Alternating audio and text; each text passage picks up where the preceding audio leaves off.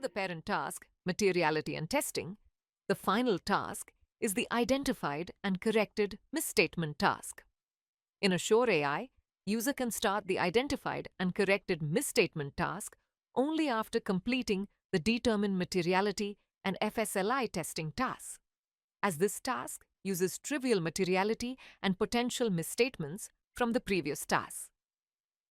During the FSLI testing task, auditors perform procedures to accumulate potential misstatements.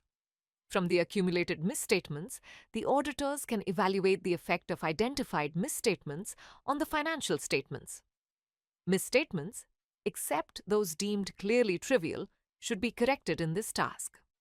Once started, the task displays line items with potential misstatements from FSLI testing task under both Balance Sheet and P&L tabs, showing testing level, closing balance, potential misstatement value, and remarks, if any, for each line item.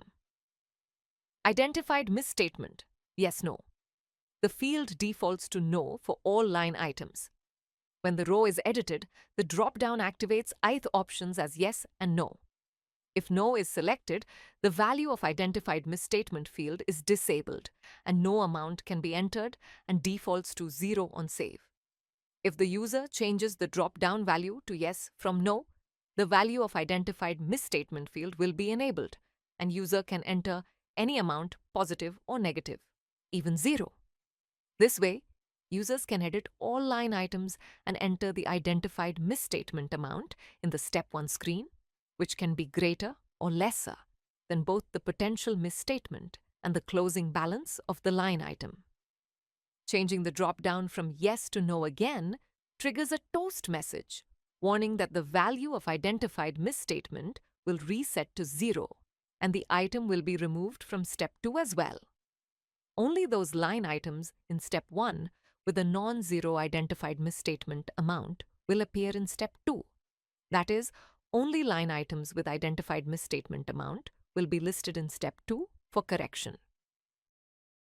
Step 2 displays all items flagged yes and non-zero for identified misstatement amount, along with testing level, identified misstatement value, and remarks from Step 1. The task uses the trivial materiality amount from the Determine Materiality task. If identified misstatement amount exceeds this amount, the trivial column is flagged no. Otherwise, it's flagged yes.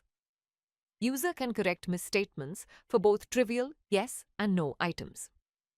For line items flagged no in the trivial column, uncorrected misstatement defaults to the identified misstatement amount until edited.